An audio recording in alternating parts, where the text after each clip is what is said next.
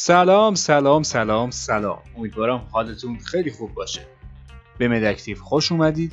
امروز میخوایم در مورد نکات و نحوه درست نمونه‌گیری برای یک آزمایش ادرار صحبت کنیم. منتها قبل از شروع اینترو رو ببینید تا برگردیم.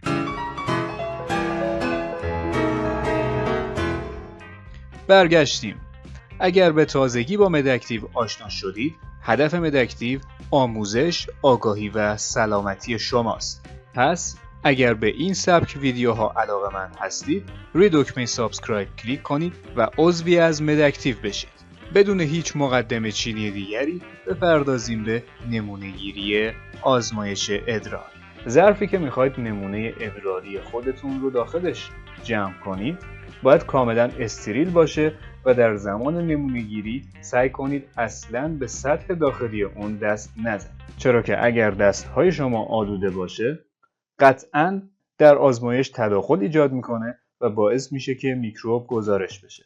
این نکته رو در زمان جمع آوری نمونه خانم‌ها و آقایان باید بدونن که برای خانم‌ها قبل از جمع آوری نمونه حتماً باید ناحیه تناسلی خودشون رو با آب و صابون شستشو بدن و بعد از خشک کردن نمونه رو جمع آوری کنن. جمع آوری نمونه در خانم‌ها به این صورت هست که نمونه ادراری باید به 3 بخش تقسیم بشه. بخش اول رو دور بریزید، بخش میانی رو داخل ظرف نمونه گیری جمع آوری کنید و بخش انتهایی ادرار خودتون رو هم دور بریزید. برای آقایون جمع آوری ادرار باید به این حالت باشه که اول ناحیه تناسلی خودشون رو به طور کامل با آب شستشو بدن، سپس اون رو خشک کنن و بعد نمونه رو جمع آوری کنن.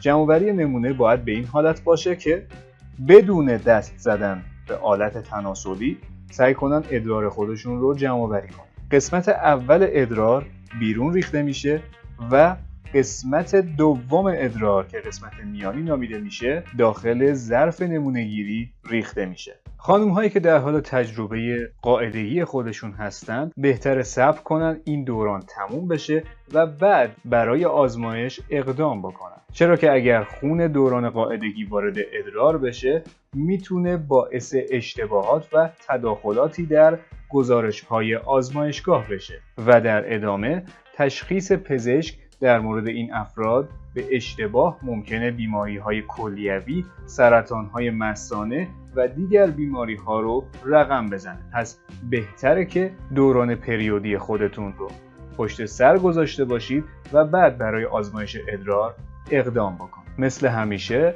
مراقب سلامتیتون باشید و با ما همراه باشید. خداحافظ.